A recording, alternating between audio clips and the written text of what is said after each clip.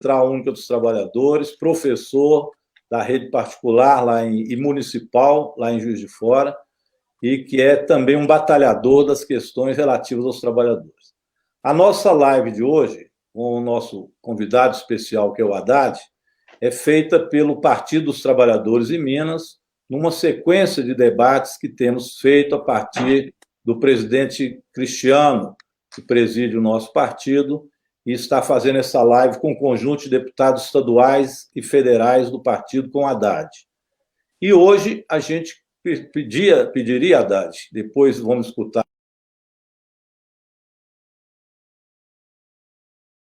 antes a Bia e o Betão, para que você pudesse expor para a gente um pouco dessa situação que o Brasil vive, quais as perspectivas para sairmos dela e o impacto disso no setor educacional no Brasil. Eu sei que a conversa é longa, o assunto é longo, mas você tem uma experiência grande e temos participado junto também de reuniões do diretório do Partido dos Trabalhadores Nacional. Você tem feito colocações excelentes acerca disso. Então, sem mais delongas, eu passo aí primeiro para a professora Beatriz Cirqueira, nossa presidente da Comissão de Educação, depois para o Betão e, em seguida, o Haddad já faz a análise que nós gostaríamos que fizesse. Então, mais uma vez, muito obrigado pela presença de todos e todas aqui nesta live. Vai lá, Bia. Cumprimentar a professora Haddad, trazer a oportunidade do debate. De fato, aqui em Minas, a gente tem uma forte mobilização na área da educação. Cumprimentar meu companheiro e colega, né, de comissão de educação, professor Betão. Travamos lutas importantes antes da pandemia e durante a pandemia em defesa da educação. Rogério Correia, deputado federal. Quando nós combinamos essa participação, a gente tentou se fortalecer numa bancada da educação, né? Então, por isso, nós três estamos juntos nessa conversa com você, Haddad. Quero cumprimentar todos que nos acompanham aqui pelas redes sociais, mas, ao cumprimentá-los, eu quero deixar o meu abraço e a minha solidariedade a todas as famílias que perderam entes queridos pelo Covid. Não é? Cada vida importa, cada número representa uma história, e não é daí. Todos importam, e eu sinto profundamente não estarmos hoje sendo governados por um professor. Um professor que, de fato, saberia o caminho da luta e da defesa da vida, e não defesa da morte e do genocídio que o atual presidente da República está levando o país, os mais vulneráveis, os mais pobres, numa espécie de higienização da população que ele e o seu grupo político não toleram. Então, quero deixar um abraço a todos os familiares que passam por esse momento de luto, de dor, que era evitável se nós tivéssemos uma liderança nacional que nos guiasse nesse momento da pandemia. É fundamental que nós possamos fazer um debate de conjuntura, mas a educação nunca esteve, talvez, professor Haddad, numa central de discussão.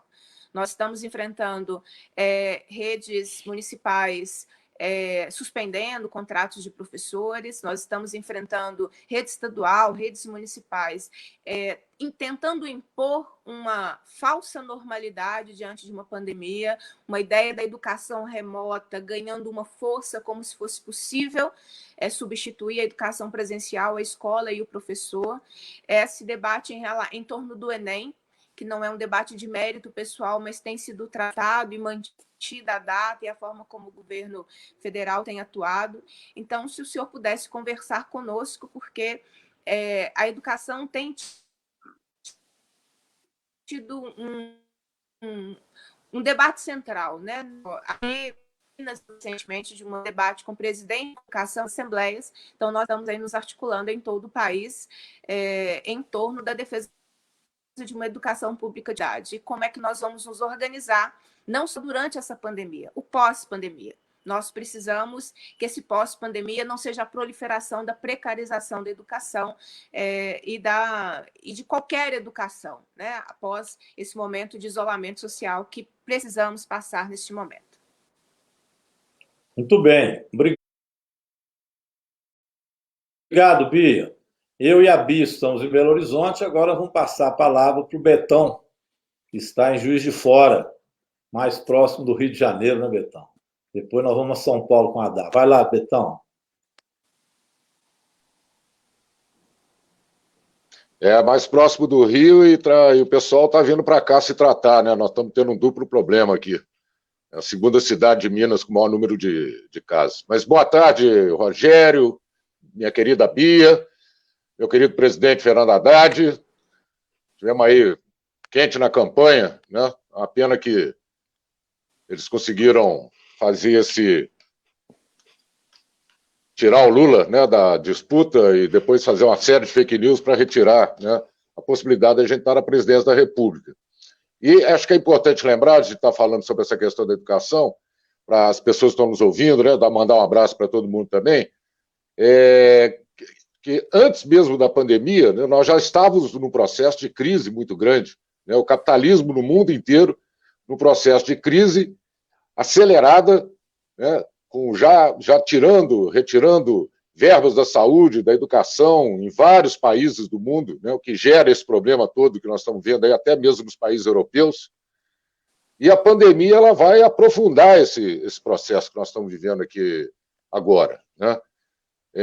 Com a instalação desse desgoverno do Jair Bolsonaro, ele, nesse momento, né, além de criar um grande caos para as pessoas poderem receber esse auxílio de R$600, que na verdade ele queria mandar R$200 primeiro, né, foi a oposição exatamente que, com a proposta de um salário mínimo, a gente conseguiu inverter um pouco esse processo, mas hoje ele vive recebendo gangues, essa eu acho que é a melhor expressão mesmo, gangues de seguidores, né, que se aglomeram diante do Palácio do Planalto, ataca jornalista, insulta enfermeiros, né?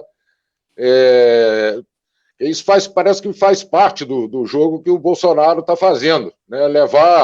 Apostar no caos, né? Para poder, chamando junto a si as Forças Armadas, para poder atuar no caos e comprometer, né, o trabalho,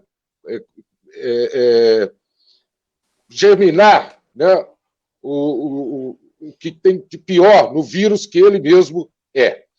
E nessa situação, Haddad, nós estamos vivendo um processo aqui no estado de Minas, em especial, né, com a tentativa que, bem disse a Bia aqui, do governo do Zema, que é uma espécie de um paralelo aí do Bolsonaro aqui em Minas Gerais, que está entrando com o programa Minas Consciente, tentando reabrir o comércio. E na educação, ele tentou o trabalho de educação à distância, né, que acabou sendo barrado pela ação do CID-UT. Nós também entramos com uma procuração, uma representação junto ao Ministério Público para tentar barrar esse retorno às aulas que eles estavam fazendo. E há uma forçação de barra, realmente, como a Bia disse, nesse ensino à distância, que vem sendo preconizado em vários estados, que não é real, porque grande parte dos alunos e mesmo dos professores não tem acesso à internet, não tem acesso a computadores, né, ou mesmo quando tem acesso, a transmissão, a conexão é muito ruim.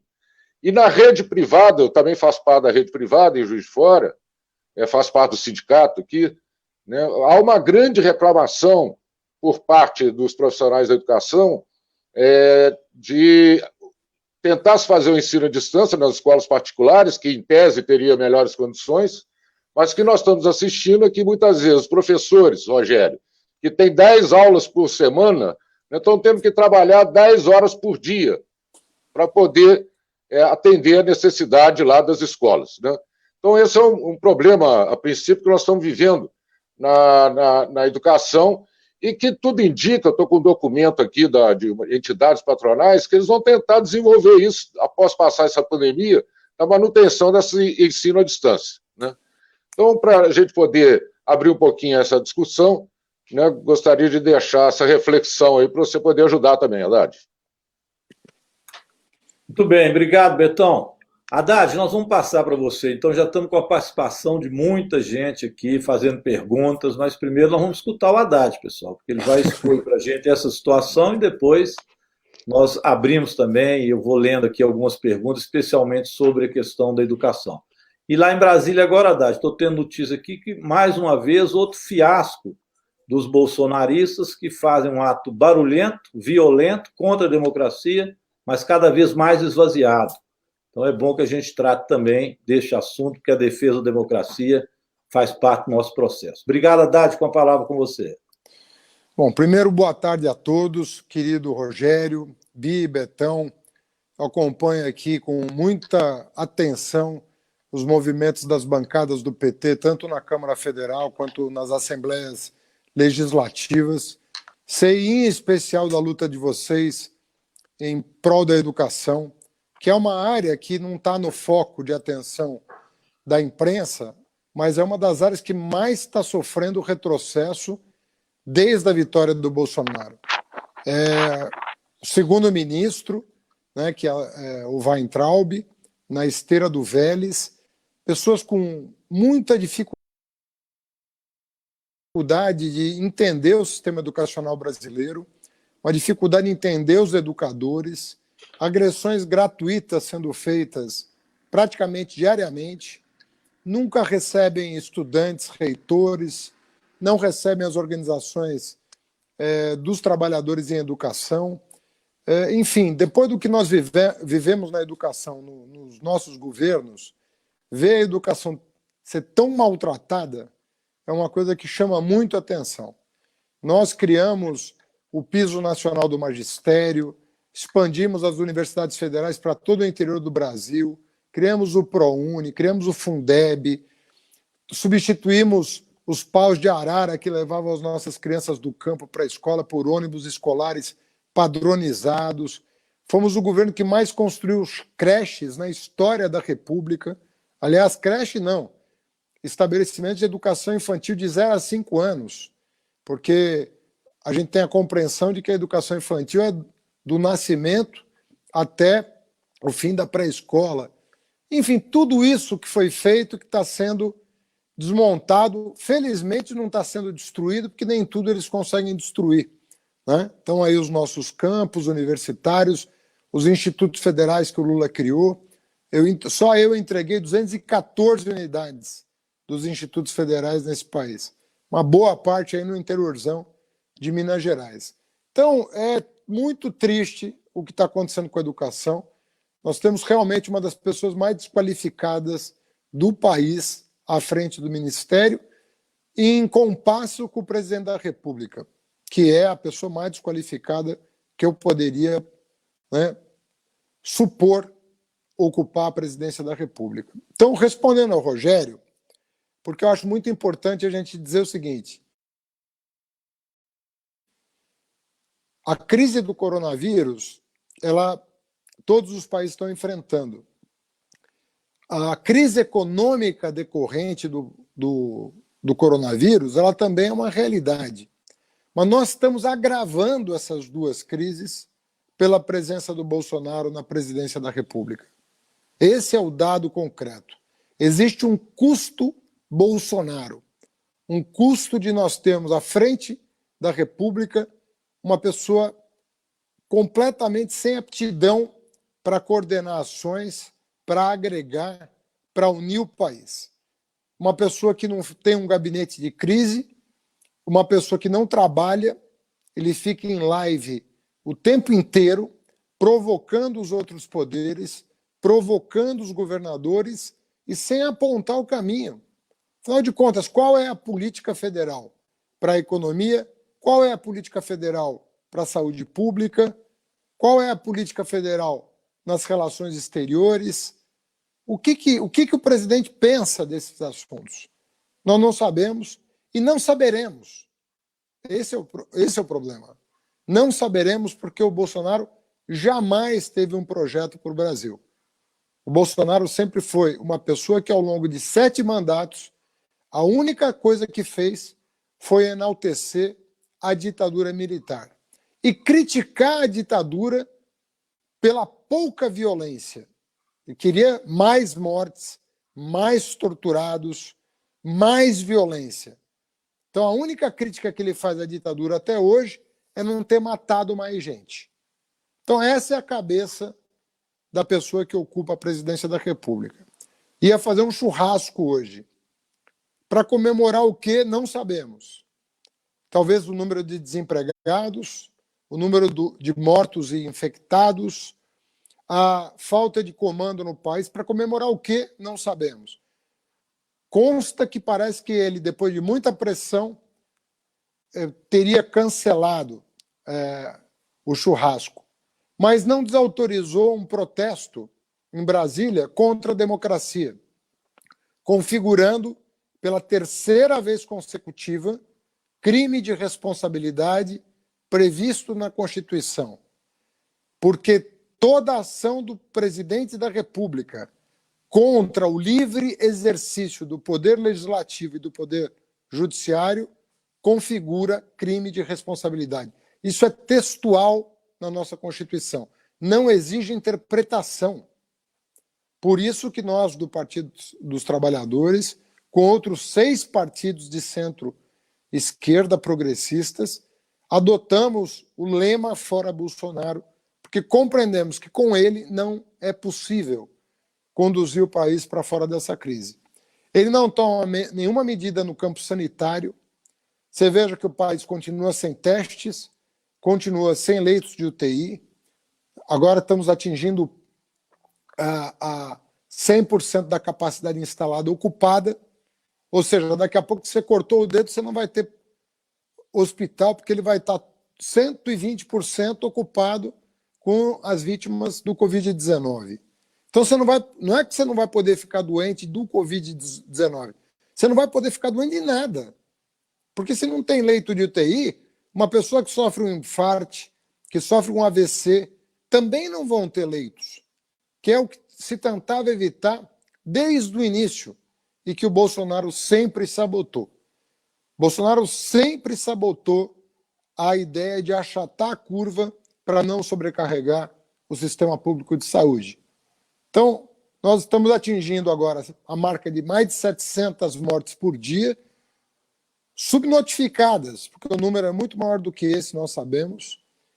Tem muita gente que está morrendo de crise respiratória, sem dizer ali que é Covid-19, porque não tem teste para confirmar.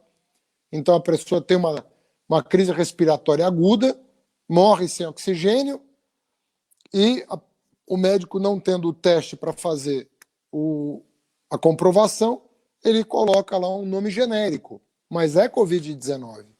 O Brasil já é o segundo país do mundo, só perde para os Estados Unidos, não por acaso, porque o Trump é a referência do Bolsonaro nesse projeto de destruição. Então, o país já é o segundo do mundo em mortes nas últimas 24 horas. E se nada for feito, como não vem sendo feito, muito pelo contrário, né? Mais uma vez, bolsonaristas na Praça dos Três Poderes, pedindo a volta da ditadura e disseminando o Covid-19 para quem aparecer. Então, esse é o quadro. Um quadro que ninguém merece em nenhum lugar do mundo. Não por acaso o presidente Bolsonaro é considerado o pior presidente do mundo nesse momento, a ponto da revista científica mais prestigiada na área da saúde dedicar, na edição de agora, o editorial para falar do Bolsonaro. Imagina uma revista científica, nesse momento, perder tempo com um governante como o Bolsonaro. Ou seja, eles se sentiram obrigados, porque eles não falam de chefes de Estado, eles falam de políticas públicas, mas se sentiram obrigados a descrever as ações do Bolsonaro, né? E criticar as ações do Bolsonaro para chamar a atenção do mundo sobre o que não fazer. Sobre o que não fazer.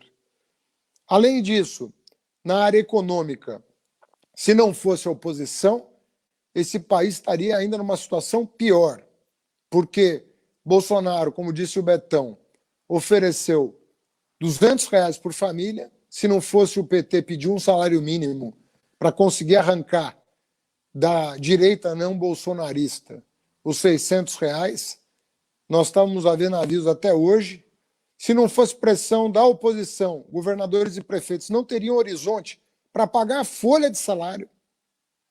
Ainda conseguimos na Câmara reverter uma ação do Bolsonaro para manter congelados os salários dos servidores por 2 anos. Não é reajuste pela inflação, não. É perda de poder de compra ao longo de 2 anos. Ele está ameaçando vetar para atender o Guedes, que é um destruidor de empregos, e nós vamos lutar, inclusive, para derrubar o veto, se isso acontecer. E as pequenas empresas que não veem a cor do crédito, precisando pagar a folha de pagamento. Então, por tudo isso, nós não temos como prosperar com o Bolsonaro à frente da presidência da República. Não é possível. Se ele ainda não tivesse cometido crime de responsabilidade, se ele não estivesse sabotando a democracia, talvez pelas regras constitucionais nós teríamos que tolerá-lo até 2022. Não é o caso. Não é só uma pessoa que está sabotando o país, é uma pessoa que está sabotando o regime democrático. Toda semana, o gabinete do ódio, com seu filho à frente, promove atos contra a democracia, querendo criar um ambiente de instabilidade, porque ele está perdendo aprovação.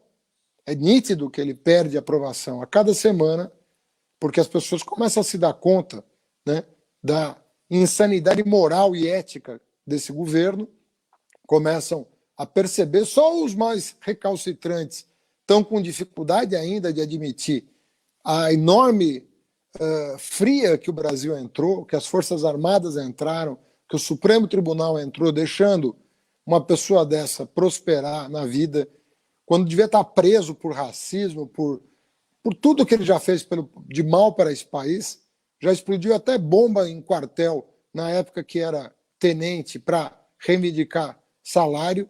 Foi praticamente expulso do Exército. Foi convidado a se retirar, vamos dizer assim, do Exército, com 33 anos de idade, porque não tinha a menor condição de permanecer naquela corporação. Ou seja, uma grande vergonha nacional e internacional. Então não há condições de prosperar. Fora o que a Bia falou, mesmo aqueles que têm que trabalhar, porque existem serviços essenciais, né? Nós tem o ano letivo, tem uma série de coisas. O governo não dá condições a ninguém de trabalhar em segurança.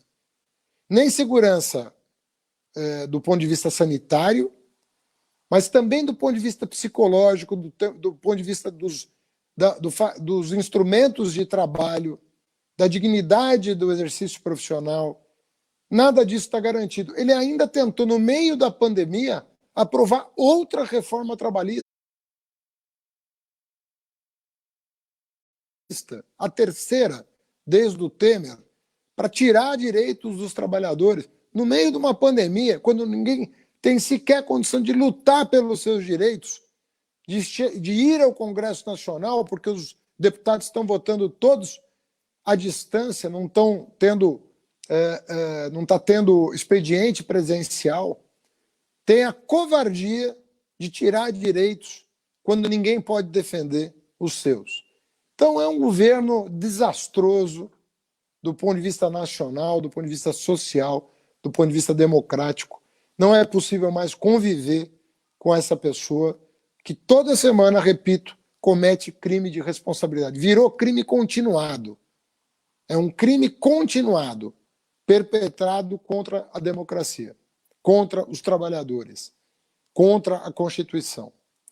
Então eu sou muito cético em que a gente consiga superar isso com esse presidente e, ao contrário, tenho muita esperança que o Brasil reencontre o seu caminho de desenvolvimento se voltar para as mãos do povo. Se o povo puder escolher em liberdade quem ele gostaria que conduzisse os destinos do país. Obrigado, Rogério, pela oportunidade, viu, querido? Nós aqui agradecemos, Haddad. Acho que você disse tudo, né? Esse presidente Bolsonaro é uma pessoa que veio para dividir. E ao mesmo tempo que ele divide, ele procura desconstruir o que tinha. Ele falou isso, né? Que ele veio mais para desconstruir. E é impressionante a capacidade dele de dividir. Nós precisamos, uma hora dessa, de salvar vidas e planejar a recuperação econômica. Olha aí o E, né? Fazer as duas coisas. Claro. Salvar a vida e planejar o aquecimento e a recuperação da economia. Ele põe uma contra a outra. Ele põe salvar vidas ou recuperar a economia. Aí ele põe um sinal de divisão onde não devia ter. Então ele não pode ser presidente com isso. E consegue engabelar cada vez menos gente que fica com um espírito fascistoide, um espírito de confronto, de ódio, ao invés de ser o espírito de unificar o povo para sair dessa pandemia e poder passar por isso de forma melhor. Agora, você disse bem, a bancada do PT, essa semana, nós entramos com um pedido no STF e na Procuradoria-Geral da República, que naquele caso que o ministro Alexandre de Moraes está investigando os crimes do governo Bolsonaro e das pessoas contra a democracia, pelos atos que fizeram, que passasse a investigar também o próprio presidente Bolsonaro. Porque é impossível separar o que essas pessoas estão fazendo dele, que é quem incentiva esses atos contra a democracia, o que é evidente um crime de responsabilidade. Ele também, Haddad, não fornece aqueles testes dele de coronavírus de jeito nenhum. Esquisito, né? E ele tem que responder para a Câmara de Deputados até o dia 16. É outro crime de responsabilidade que está se avizinhando dentre tantos outros. Então, o que a gente vê é que vai se avolumando esse movimento que você falou do fora Bolsonaro, né? E a gente vai criando forças para que isso possa acontecer. Aqui em Minas, eu vou passar para a Bia, o Zema é uma espécie de aprendiz de Bolsonaro. Queria, inclusive, abrir escolas. Foi lá em Brasília, num momento difícil, prometeu ao Bolsonaro, para ver se trazia recursos para Minas, traindo os outros governadores, que ele abriria as escolas, abriria comércio, na linha do que o Bolsonaro quer. Chegou aqui em Minas e, evidentemente, tinha uma oposição enorme a ele. Não trouxe nada e também é um outro vexame que a gente está vivendo aqui no Estado, né? Mas disso aí a Bia e o Betão estão cuidando bem aqui junto com a nossa bancada, né, Bia?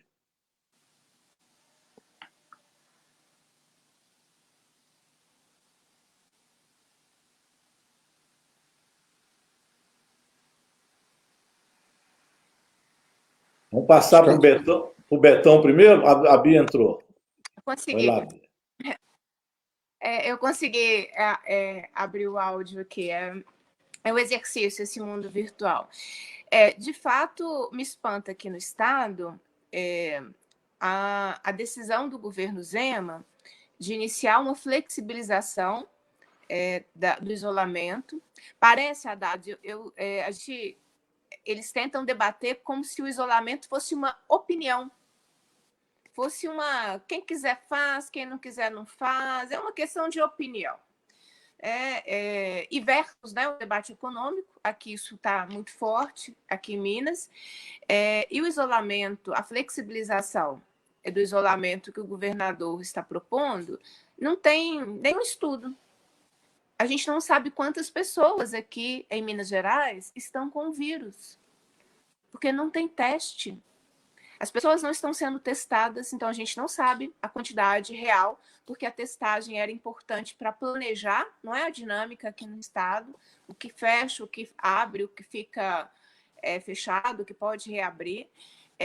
Não tem teste. Não teve um planejamento de fortalecimento do SUS e, portanto, a população mineira está jogada no interior, principalmente, porque é por núcleo, né? Polos. As cidades todas não têm UTI, não têm condições de atendimento.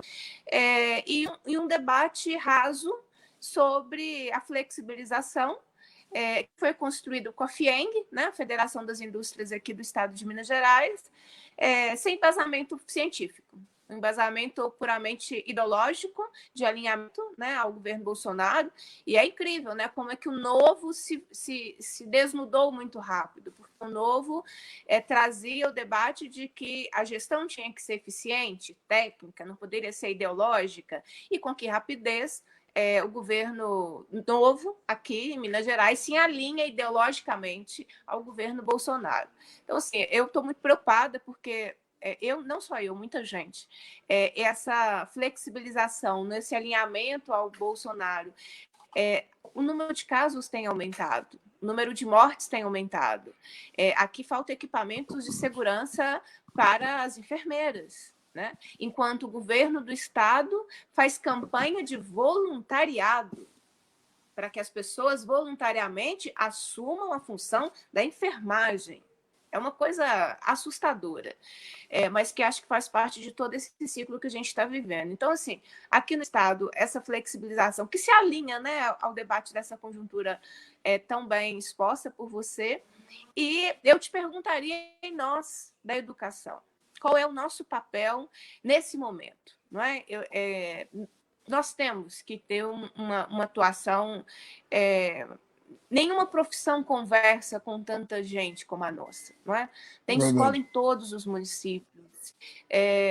As famílias, nesse momento, se perguntam o futuro, né, dos filhos na escola. Então, ele tem essa chamada de importância da educação. Então, eu te perguntaria isso, né, como bom professor que é, e a educação? Qual é o papel da educação nesse momento da pandemia e pós-pandemia, né? Porque eu acho que esse pós-pandemia eu não acho que será rápido, mas se nós não começarmos a pensar no que será o pós-pandemia, só o mercado pensa.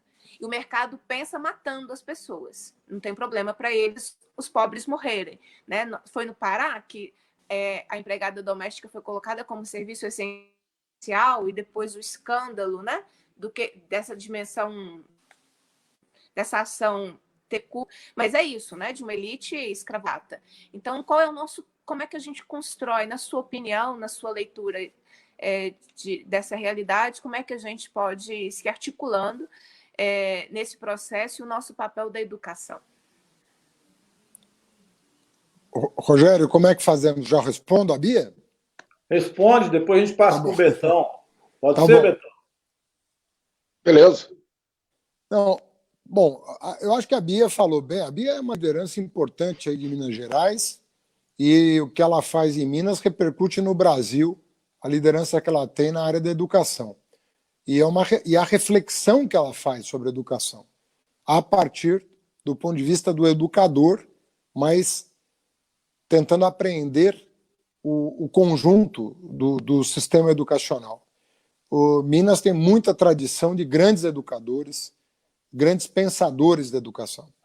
E o que eu acho, Bia, é que eles talvez aproveitem o momento da pandemia para precarizar o trabalho da educação. Porque essa gente, é engraçado, né? Os seres humanos, né, quando você tem humanidade dentro de você, quando você não se desumanizou, não passou a pensar só em você, né, que é um processo de desumanização, né, quando você começa a olhar só para o seu umbigo, né, você se desumaniza e perde empatia com o seu semelhante. Quando você está diante de uma pandemia, o que você pensa? O mundo vai sair melhor. Como o mundo vai sair melhor dessa situação? Como nós vamos evitar uma próxima pandemia? Como nós vamos apoiar os cientistas? Como nós vamos apoiar os educadores? Eles fazem o raciocínio inverso. Eles fazem como nós vamos nos aproveitar dessa pandemia para enriquecer? Como nós vamos aproveitar dessa pandemia para explorar mais radicalmente o trabalho alheio? É o oposto. É muito incrível. A gente lê o jornal, a gente fica estarrecido. Outro dia eu estava vendo um presidente de banco dizendo assim, olha, as coisas estão melhorando porque o pessoal assim, das classes mais altas já não está mais preocupado porque não estão pegando mais o Covid. Ou seja, ele está pensando que ele está falando para quem? Quer dizer, ele não entende, ele não sabe com quanto 90% dos brasileiros com quanto vive ao longo do mês. Quer dizer, ele consegue falar para 1, 2, 3% da população brasileira e se sentir aliviado que esses já estão mais protegidos. Enfim, nós estamos num país muito difícil. E nós temos que entender que no pós-pandemia, 2 projetos vão sair. Um projeto de humanizar as relações, um projeto solidário. Por exemplo, a gente criou a renda básica emergencial.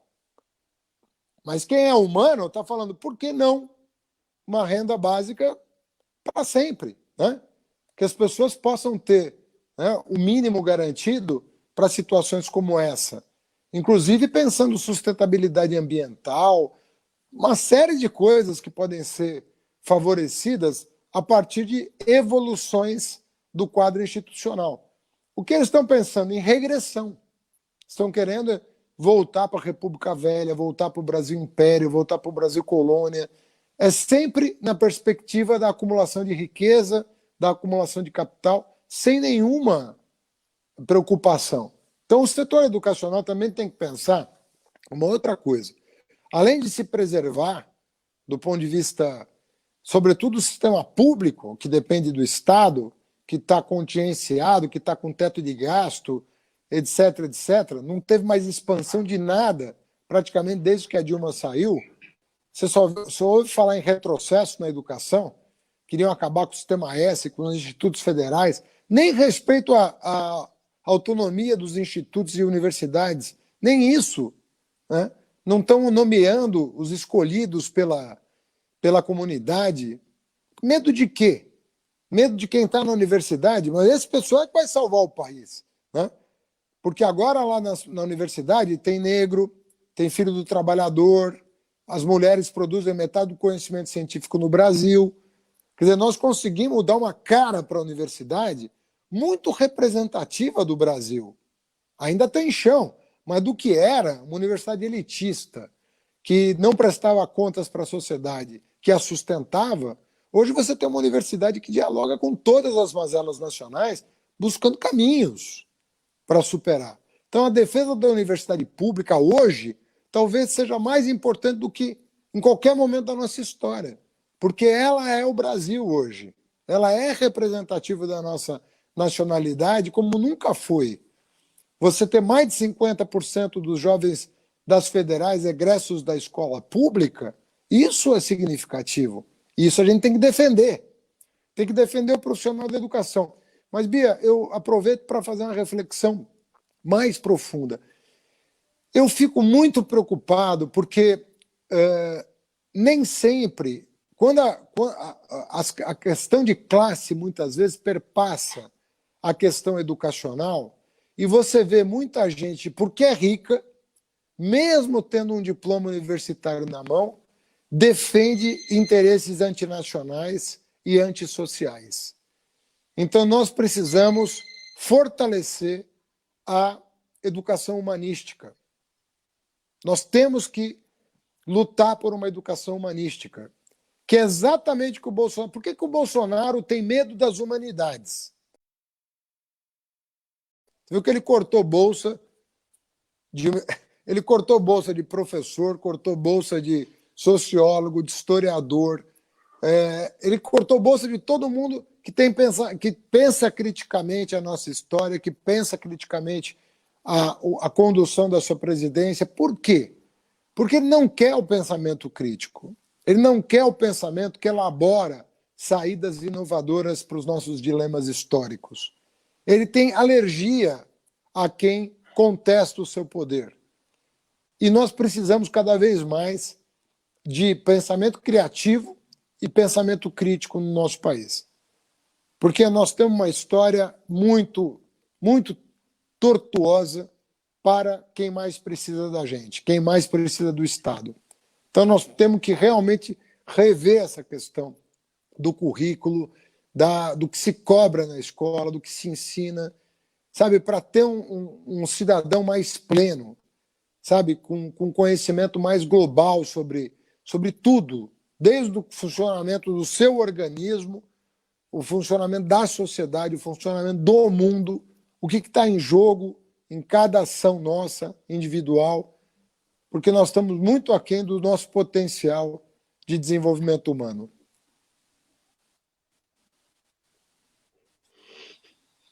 Vamos lá, Betão. Vamos lá. O Haddad citou aí os diversos ataques, né, na fala anterior dele sobre as instituições, Haddad, e eu fico impressionado como que essas instituições respondem de forma pífia aos ataques do Bolsonaro, né, a todo momento, é um atrás do outro, né. Dá até para entender, porque também parte dessas instituições, né, germinaram isso que nós estamos vivendo hoje, né, desde o golpe que nós sofremos em 2016 com a retirada da presidente Dilma, né, e depois com a prisão do próprio Lula, impedindo ele de concorrer à presidência. Mas é uma coisa assim escandalosa, né? Mas, voltando na questão aqui da educação, nós estamos assistindo uma pressão muito grande também por parte dos pais, é óbvio, né, preocupados com essa situação da quarentena nas escolas, né, dos alunos em casa, e essa preocupação seria normal, mas é importante lembrar que mesmo, por exemplo, nesse programa, Bia, do Minas Consciente, que o Zema propõe, do retorno em ondas, né, econômicas, as escolas seriam as últimas a entrarem no processo de retorno, dentro desse programa que ele tem apresentado, né? Então, chega para a gente a discussão de que a carga, o calendário civil, ele não vai ser mais, o calendário escolar não vai ser mais compatível, pelo menos esse ano, com o calendário civil. Nós vamos ter que mudar essa situação, porque se está correta a tese, né, de que o nosso pico aqui em Minas, ou no Brasil, será em meados de junho, nós estamos praticamente com o calendário perdido, né? Então, cresce essa discussão do calendário escolar não ser igual ao calendário civil. Nessa situação, Haddad, cresce também a necessidade de se adiar o Enem. E eu percebo que o governo, a partir dessa semana, inclusive, entrou de cabeça numa propaganda de que as pessoas devem se inscrever porque vai ter o Enem, né? E numa forma completamente desproporcional, porque os alunos da rede pública, mesmo em que alguns estados tenham condição, né, de dar algum tipo de aula remota, mas que mesmo assim não vai atingir a todos, né, vai ficar numa condição muito inferior a determinados setores da rede privada, né, e que mesmo na rede privada não há uma igualdade com relação a isso. Então, você, como uma pessoa que foi ministro, né, da Educação, não sei se você chegou a pensar nisso, mas como você trataria essa questão de adiar o Enem para que todos os alunos tenham a mesma possibilidade de estar fazendo, né, ter as mesmas condições, se isso que é possível, de estar fazendo o Enem. E só antes de terminar, o Haddad, eu acho que é importante lembrar, você tocou aí na questão das universidades, né, que as universidades federais, sem nenhum apoio do governo, elas buscam saídas, né? Aqui na Zona da Mata Mineira, nós temos a Universidade Federal de Juiz de Fora, a Universidade Federal de Viçosa, que tem desempenhado um papel fundamental, inclusive na execução de exames, né, de coronavírus, na discussão sobre a agricultura familiar, com a Universidade Federal de Viçosa tem uma grande atuação nesse setor, né, e a agricultura familiar não tem recebido um incentivo por parte do governo estadual. Bom, Betão, a Bia já tinha tocado no assunto do Enem, acabei não comentando. Olha, o problema do Enem é o seguinte, eu não diria que é a maior parte, mas quase metade das pessoas que fazem o exame, que se submetem ao Enem, são concluintes do ensino médio. Se não for metade, é 30%, um terço, alguma coisa por aí. Muita gente faz o Enem, muita gente faz de treineiro, muita gente faz, depois de concluir o ensino médio, pensando em voltar para uma universidade, mas muita gente é concluinte do ensino médio. Como é que o concluinte do ensino médio vai fazer o Enem? Eles vão cobrar só os 2 primeiros anos no Enem? Não faz sentido. Eles vão cobrar 3 anos de ensino médio.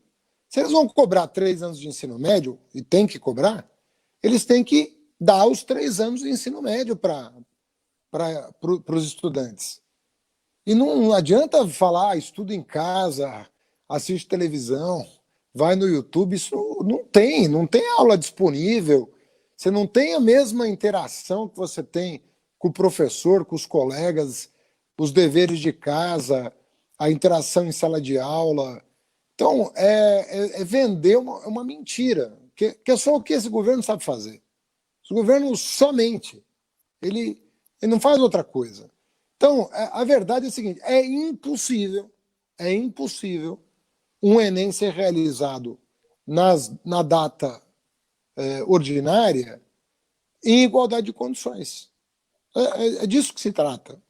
Os alunos concluintes não vão ter tido a matéria que vai cair no Enem e vão tirar uma nota pior. E aí, quem já tiver concluído o ensino médio ou tiver numa escola particular com toda a infraestrutura necessária para enfrentar a pandemia, que nem sei se são tantas escolas assim, mas certamente há, né? Há algumas escolas que conseguem. Eles vão ter uma vantagem sobre os demais incrível, entendeu? Então, é que esse ministro não dá para conversar, né? Eu tive relação com todos os ministros da educação que vieram antes de mim, porque eu mantinha contato com todos, né? Eu falava por telefone ou pessoalmente com o Eduardo Portela, falava com o Paulo Renato, falava com o Murilo Ringel, ou seja, eu falava com os meus antecessores, né? E falava com o Cristóvão Buarque, com o Tarso Genro, falava com todo mundo.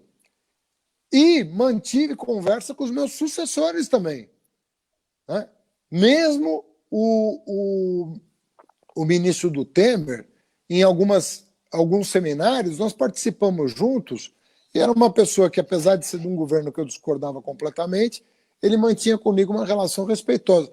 Esse aí não, esse não conversa com ninguém. Então ele vai tomar uma decisão sem ouvir ninguém. Sem ouvir ninguém. E esse é o problema desse governo. É um governo não só de gente inepta, que não teria condições de estar nos cargos que estão, mas, além disso, além de não terem se preparado para isso, são pessoas que não ouvem. Então, será que ele vai receber a União Brasileira dos Estudantes Secundaristas? Será que ele vai receber a União Nacional dos Estudantes? Será que ele vai receber a CNTE? Será que ele vai receber o CONSED, que é o Conselho de Secretários Estaduais de Educação, responsáveis pelo ensino médio? Quem que ele vai ouvir? Agora, é absolutamente possível fazer um Enem 60 dias depois do previsto. Absolutamente possível. E eu vou mais longe. É absolutamente possível sem comprometer o calendário do ano que vem. Absolutamente possível. Eu estou te dizendo que eu fiz isso. Você vai lembrar que, não sei a mando de quem, porque até hoje eu não sei quem estava por trás desse negócio, um sujeito responsável pela segurança da gráfica onde o Enem estava sendo impresso, foi vender para um jornal uma prova do Enem e me obrigou a adiar a prova em 60 dias. Porque ele foi lá vender a prova do Enem, segurança do consórcio, foi vender para um jornal a prova do Enem. O jornal não comprou, avisou o MEC que tinha uma pessoa querendo vender a prova, eu adiei a prova 60 dias. E não mexeu um dia o calendário do ano seguinte. Nenhum. Fizemos a prova, 60 dias depois, mantivemos todo o calendário universitário intacto. Foi por uma outra razão, né? Mas o que eu estou querendo dizer é o seguinte, é absolutamente possível você organizar o calendário sem prejudicar os estudantes. Absolutamente possível. Haddad, aproveitar esse assunto que Betão, Bia colocaram para você, ainda relativo à educação. Esse ministro Weintraub é um desastre completo. E ele é tão ruim que ele possibilitou que nós conseguimos unificar uma bancada na Câmara Federal, que nós estamos chamando de bancada da educação. Do PT somos vários. A Rosa Neide tem ajudado muito nisso, o Valdenor, que coordena o núcleo de educação do PT, são deputados, eu faço parte, Margarida Salomão, nossa deputada aqui em Minas, em Juiz de Fora, nosso Patrus Ananias, nós temos uma bancada de professores muito grande, e que extrapolou as fileiras do PT, PSOL, PCdoB, PSB, PDT, e acabou virando uma bancada grande, que foi responsável, por exemplo, por essa vitória de retirar os trabalhadores da educação do congelamento. Essa bancada, do congelamento de direitos, né? Eles falam reajuste, mas não é reajuste. Eles querem congelar por 2 anos qualquer direito. Progressão, promoção, concurso. Esse absurdo que nós conseguimos derrubar na Câmara através da bancada de educação. Em relação ao Enem, tem posição unânime dessa bancada também para que se adie o Enem. E você deu para a gente aqui boas argumentações e até resgatando o passado sobre isso. E eu levanto um terceiro ponto que tem unificado essa bancada lá na Câmara Federal para você tocar nele também, que é o Fundeb, né? Lembrando que o Fundeb termina, o Fundo da Educação Básica, este ano. Se Sim. nós não votarmos o Fundeb este ano que vem, a gente não tem o Fundo de Desenvolvimento da Educação Básica. Imagina o Brasil sem o Fundeb. Eu queria que você comentasse um pouco também mais essa questão que unifica essa bancada da educação e a necessidade da pressão para que a gente vote o Fundeb esse ano. Olha, o Fundeb talvez seja a maior iniciativa de financiamento da educação depois da Constituição de 88. Mas não tem a menor dúvida. Porque alguém dirá, não, mas teve o Fundef antes. É verdade, teve o Fundef antes sem dinheiro novo. O Fundef não agregou orçamento à educação. Então, ele redistribuiu o mesmo dinheiro. Foi importante, não nego. Inclusive, inspirou o Fundeb. Mas a grande diferença do Fundeb para o Fundef, aliás, são 3 diferenças. A primeira, o Fundeb é de toda a educação básica. O Fundef era do ensino fundamental. Por isso que Fundeb termina com B de básica. Pegou educação infantil, ensino fundamental e ensino médio. Primeira grande vantagem. Segunda grande vantagem, multiplicou por 10 o aporte do governo federal. Hoje, o aporte está em torno de 14 bilhões por ano para os estados mais pobres da federação. Terceira diferença a favor do Fundeb. Junto com o fundo, nós aprovamos o piso nacional do magistério, porque tinha muito professor que ganhava um salário mínimo no Brasil. Quando era meio período, ganhava meio salário mínimo. Era isso, essa era a realidade do magistério brasileiro. Então, o Fundeb mudou essas 3 coisas. Valorização do professor, dinheiro novo para toda a educação básica, não só para o ensino fundamental. Então, não aprovar esse fundo, e ele vence, porque ele tinha 14 anos de vigência. Ou seja, você vê que nós demos prazo longo, né? Demos prazo de 14 anos, para ver se ele dava certo. Como ele deu certo, ou você melhora ou você prorroga. Não tem o que fazer. Porque não aprovar o Fundeb é o desastre completo da educação e o governo não mexeu um dedo. Nós já vamos terminar o semestre, nós vamos ter 6 meses para aprovar uma emenda constitucional e o governo não mexeu um dedo em proveito da educação. Olha só os projetos desse governo. Um projeto chamado Futurice, que era por adesão das universidades. Nenhuma aderiu de tão ruim que era o projeto. Eu estou falando, veja só, o Futurice, ele poderia contar com a adesão de uma das 63, 64 universidades federais ou um dos 38 institutos federais. Então são 100 instituições que poderiam aderir ao Futurice. A previsão do governo era de uma adesão de 50%, ou seja, 50 instituições. Nenhuma aderiu. E eu previ isso quando ele foi lançado. Eu fui entrevistado e falei, nenhuma instituição vai aderir. Outro projeto deles, as tais escolas cívico-militares, para atender 0,1%. Aí você fala, e paga melhor o professor? Não. Muda material didático, pedagógico? Não. Melhora a merenda? Não. Melhora a segurança nas escolas? Não. Então, o que é essa escola cívico-militar? É um instrumento para aumentar o salário de um militar que vai supervisionar a direção da escola. É isso. Para atender 0,1% dos estudantes brasileiros. 2 fiascos. Não vai acontecer nada na educação brasileira de bom. De ruim, muita coisa está acontecendo praticamente todos os dias.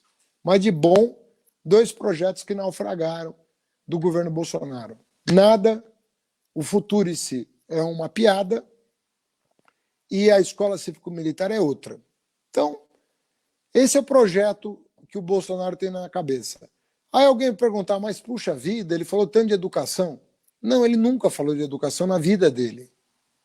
Ele passou 7 mandatos na Câmara dos Deputados.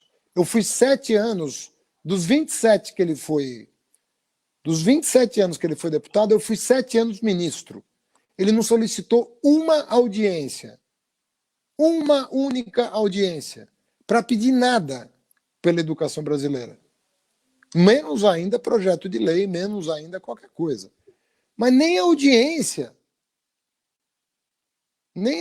ele solicitou. Em 7 anos que eu fui ministro. Mas eu posso te assegurar que ele provavelmente não pediu audiência nos 27. Nos 7 eu te asseguro.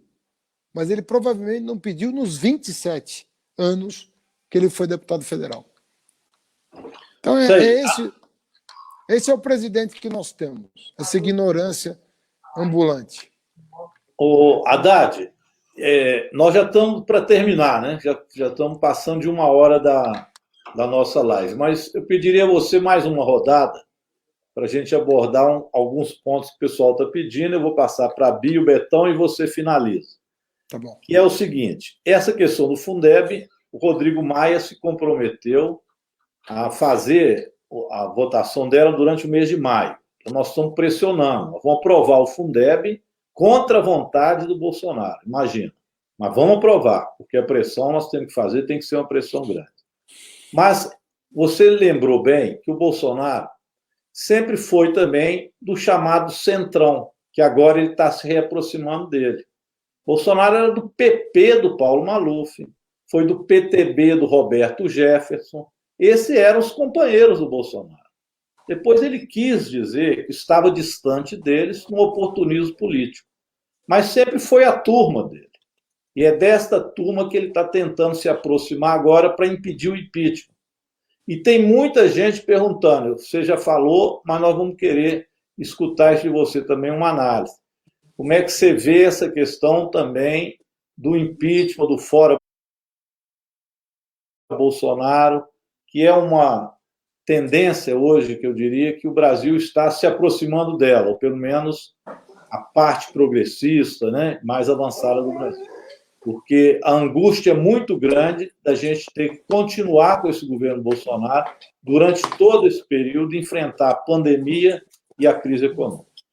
Mas antes de você responder, vou deixar para o final, a gente queria escutar também as considerações aí da Bia, depois do Betão, para a gente finalizar a nossa live, já te agradecendo aí pela contribuição. Vamos lá, Beatriz? Primeiro, eu quero expressar minha gratidão pela sua disponibilidade de estar conosco, Haddad. Isso nos fortalece no Estado. Eu e Betão estamos na presidência e vice-presidência de uma comissão que há muito tempo não era presidida pelo campo progressista e muito menos pelo Partido dos Trabalhadores e das Trabalhadoras. Então, é uma grande responsabilidade, né? Eu e Betão somos deputados de primeiro mandato, com trajetória de luta sindical, com a trajetória desse pé na escola, né, da realidade concreta da vida das pessoas. E nós temos buscado na Assembleia fazer daquele espaço um instrumento de luta. Sabe? Então, eu queria te agradecer, porque isso nos fortalece, ter a oportunidade, né, de conversar sobre assuntos que são gerais, porque conversar sobre conjuntura, ninguém entende nada sozinho, é coletivamente que a gente vai compondo aí essa leitura da realidade, mas mais ainda sobre as questões concretas da educação. O dia a dia nosso é um dia a dia de ataque aos professores, às professoras, né? Nós somos maioria, é um processo de criminalização da nossa profissão. Nesse momento da pandemia, aqui no Estado, eu percebo muito a tentativa do governo Zema de transferir para as famílias a responsabilidade do Estado na educação. Então, é mais do que a educação à distância, a educação remota. É um processo de educação em casa. É um processo híbrido, completamente diferente do que nós estávamos, dos conceitos que nós estávamos enfrentando. Então, esse processo de resistência durante a pandemia, ele é essencial. Conversar com as pessoas sobre a necessidade do isolamento, porque isso está em disputa. As pessoas acham que não é tão grave assim. A ansiedade do retorno às atividades, a categoria deveria estar protegida junto às comunidades escolares. O Estado força uma dinâmica absurda de retorno das atividades. Eu acabei não comentando, né? Mas hoje tem uma decisão. Hoje, desde o dia 15 de abril, tem uma decisão do Tribunal de Justiça que proíbe o Estado de convocar os trabalhadores em educação do Estado. Mas proíbe em função do isolamento, da segurança, da saúde das pessoas, tal a gravidade que o Estado queria impor aos profissionais e às comunidades escolares. Então, assim, é uma categoria extremamente desrespeitada, né? Nós estamos agora em maio, a categoria não sabe o dia que vai receber, o salário de abril, mesmo tendo 528 milhões de reais de saldo do Fundeb. O governo pega o dinheiro do Fundeb para pagar outras coisas. Isso acontece todo mês aqui no Estado, sabe? E a gente faz as denúncias permanentes. Então, assim, nos fortalece esse diálogo, porque a gente tem que discutir o conteúdo da educação. Eu percebo assim, eles gritam muito, e eles gritam como tática para impedir o debate. Né? Então fica sempre raso, porque eles gritam, eles não são tantos, mas eles gritam, eles promovem a violência como forma de tratamento, de fazer política, e isso afasta também as pessoas. Então é um exercício, né? O diálogo, a capacidade de pensar, o pensamento crítico. Nós iniciamos aqui no Estado também uma dinâmica de diálogo com cientistas, com as instituições de pesquisa, pela Comissão de Educação, está se constituindo um grupo, chama Inteligência Coletiva, de cientistas, lideranças, SBPC, Fiocruz, várias pessoas de universidades, para pensarmos coletivamente saídas e elaborarmos um pouco nessa linha da valorização das universidades que você citou, que aqui no Estado nós temos duas e que estão também muito sucateadas. É importante lembrar da Unimontes e da UENG, que fazem parte também da nossa agenda de lutas. Então, eu agradeço a possibilidade da gente conversar sobre educação. Queria que você conversasse mais conosco. Eu sei que a sua agenda é muito, muito pesada, mas na medida do possível nos fortalece coletivamente. Eu acredito que é possível fazer atuação parlamentar de forma coletiva e não cada um por si no seu pequeno mandato, e é o que nós temos tentado fazer aqui em Minas Gerais. Então, agradeço. De fato, sim, eu lamento muito que o Brasil hoje não seja governado por um professor. Aquela eleição foi uma eleição suja, foi uma eleição com intervenção do judiciário, com intervenção do que agora, né? O Intercept nos mostrou como foi o processo, e espero que a gente possa fazer essa correção da história. E concordo com você, não é possível, nós não estamos na institucionalidade para aguardar 2022. Se nós aguardarmos 2022, esse governo genocida terá matado muita gente pela fome, pelo coronavírus e por suas outras políticas tantas de destruição que nós estamos enfrentando. Então, muita força para você, muita muito afeto, para que você também siga essa caminhada que para a gente é muito importante. Lideranças são importantes, e é o que nos falta na cadeira da presidência da República, e é o que nos falta aqui no Estado. Você tem que ter o líder que nos guie, que faça o processo, que vá primeiro e que defenda a vida, né? Isso tem nos faltado, e eu acho que o povo tem sentido isso, por isso é tão importante debatermos tudo o que foi debatido hoje e mais o que nós fomos debatendo aí pela nossa trajetória. Um forte abraço, muito obrigada. Obrigado, Bia. Posso falar, Rogério? Vai lá, Betão. Vamos te aguardar. Beleza. Ô, Bia, lembrando que além de não ter ainda a previsão do pagamento de maio, né, tem muita gente que não recebeu o 13º, né? Lembrando aí do setor da educação. Né? O pessoal tá muito difícil, né? Demissões aí também nas redes municipais, várias cidades tentando demitir os professores contratados, depois vai ter que fazer novamente todo um processo de recontratação, né? Então, nós estamos com a necessidade de colocar a defesa dos empregos, né, e dos salários, pelo menos nas bancadas mais progressistas, a bancada do Partido dos Trabalhadores. No setor privado, eu estou acompanhando aqui os sindicatos dos professores de Juiz de Fora, está um caos, o pessoal demitindo, né, principalmente nas escolas infantis, e o sindicato tendo que correr atrás, nessas condições que nós estamos vivendo, né, que você não pode nem sair à rua ou fazer uma assembleia da categoria, né, para poder discutir. Então, o sindicato está tendo que se virar aqui para poder garantir estabilidade no emprego, porque a MP, a medida provisória 936, ela, mais do que garantir algum auxílio para o trabalhador, mas ela garante mesmo o empresário, né, o dono da empresa de ensino.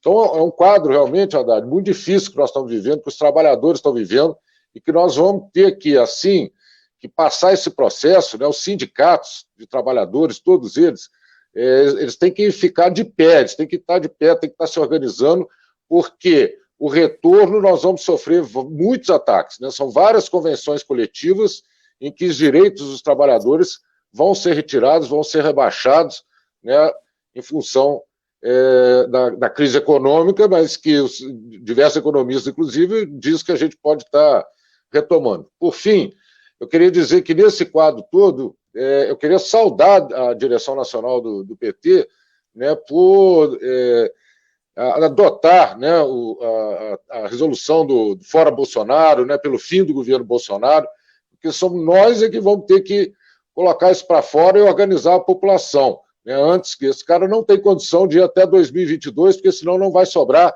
absolutamente nada nesse país para a gente poder estar preservando. Nós vamos ter que retomar as questões, né? Então, eu queria também deixar um forte abraço aí para você, Haddad, agradecer a possibilidade da participação dessa live, conversar um pouquinho. Tem muita gente, muito trabalhador da educação nos assistindo nesse momento, né? Mandar um grande abraço para você aí, Bia. Estou doido aí para a gente retomar presencialmente, né, as discussões aí na nossa Comissão de Educação. E um forte abraço aí também para você, Rogério, companheiro sempre na luta. Bom, Rogério, Bia e Betão, muito obrigado pela oportunidade de estar com vocês.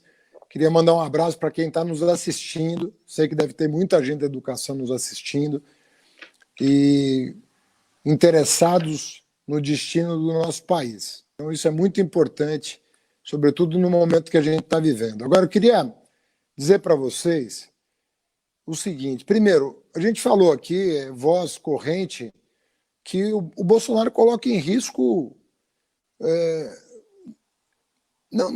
É muita coisa que ele coloca em risco, porque são as instituições, são os direitos, é o nosso futuro, é a sociabilidade, é o respeito mútuo. Ele é uma ameaça civilizatória nesse país. É uma coisa impressionante. Então, é uma coisa de uma gravidade, de uma profundidade que a gente deve reter. Eu vejo que as pessoas estão um pouco mais abertas a ouvir isso. Talvez um ano atrás fosse impossível explicar por um radical bolsonarista do que nós estamos falando hoje. Hoje é um pouco mais fácil. Eu sei que ele ainda tem um núcleo duro, é verdade, que atua nas redes com uma política de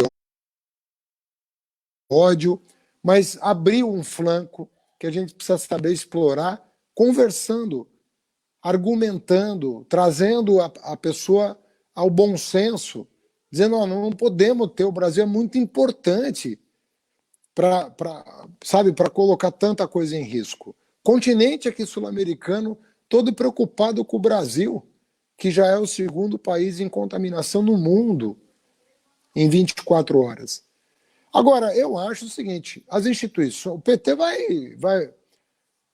já adotou o Fora Bolsonaro e vai juntar forças para que isso aconteça. Agora, hoje eu escrevi um artigo na Folha de São Paulo, sobre o Supremo.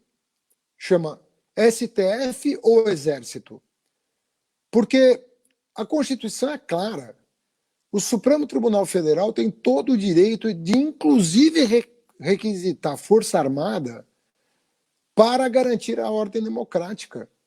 O que o seu Roberto Jefferson fez hoje, de incitar as pessoas a se armarem para matar ou demitir, como ele disse, os 11 ministros do Supremo e o Bolsonaro nomear no lugar, na cabeça dele, os 11, sem passar por Senado, sem passar por nada, isso é crime contra a Constituição, isso é crime contra a segurança nacional, isso é crime contra a ordem democrática.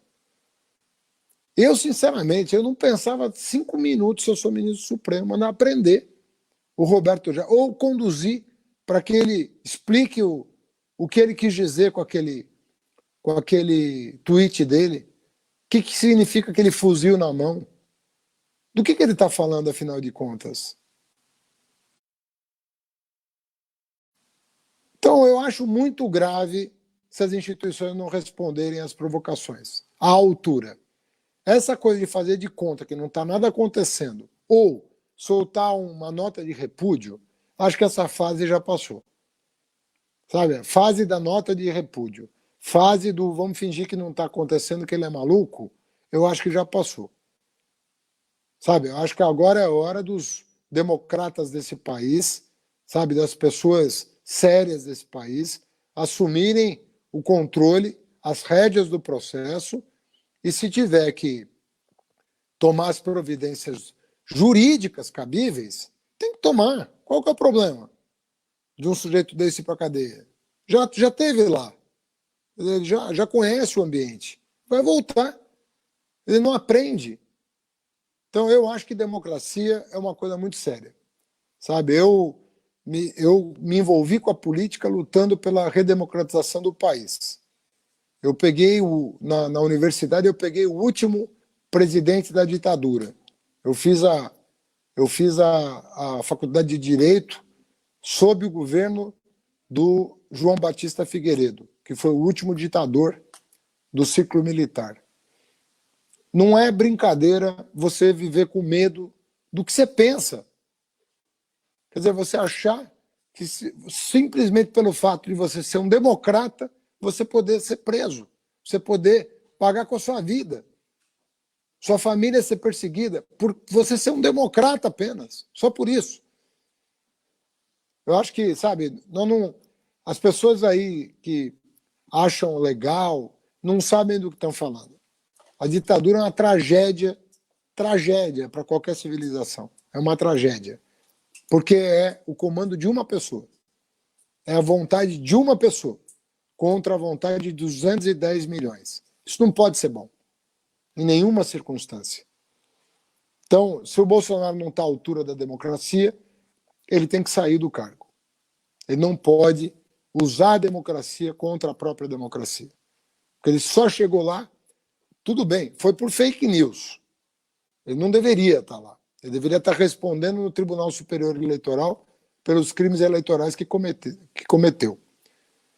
Agora, além de usar a fake news para chegar ao poder, vai usar o Roberto Jefferson para acabar com a democracia, aí é um desaforo que, se o país aceitar, sabe, como é que nós vamos ser dignos das próximas gerações se a gente não fizer nada pelo nosso país nesse momento. Então vamos à luta, porque o Brasil vale muito a pena. Pensa no teu filho e no teu neto a hora que você tiver com dúvida sobre o que fazer. Grande abraço para todos. Rogério, meus agradecimentos, Bia e Beto. Grande abraço na luta aí pela educação de qualidade e pela valorização dos professores. Obrigado, Haddad. Olha, muita gente dizendo que está lamentando não ter o Haddad como presidente, mas nós vamos ter oportunidade ainda.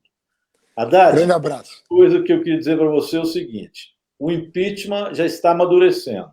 O próprio PT está discutindo isso com os outros partidos de oposição e também com os movimentos sociais, porque os crimes de responsabilidade só vão ampliando e a força do Bolsonaro diminuindo.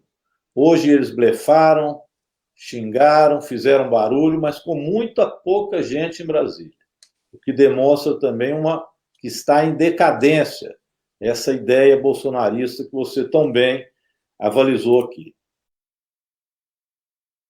Hoje, eu pediria para a gente terminar, todos nós, com 1 minuto de silêncio, e para que a gente possa, aqui juntos, fazer esse luto que a Câmara, o Senado e o STF hoje proclamaram para o Brasil. Só o presidente da República não fez isso. Mais de 10 mil mortos e ele planejando churrasco. Mas os outros poderes, o Congresso, a Câmara e o Supremo, consideraram como luto até amanhã. Então o Brasil está de luto. E tinha que estar, e tem que estar de luto mesmo.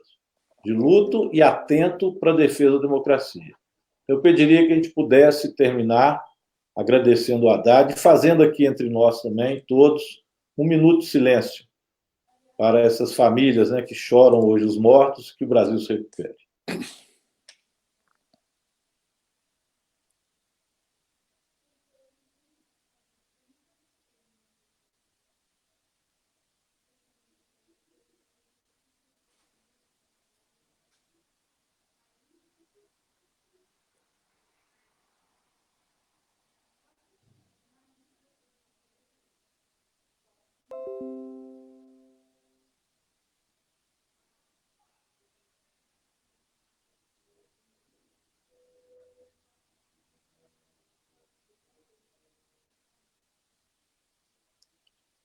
É isso aí. Agradecer o Haddad, Betão, a Bia. Fora Bolsonaro! Fora! Fim do governo Bolsonaro! Abraço, gente. Um abraço. Abraço.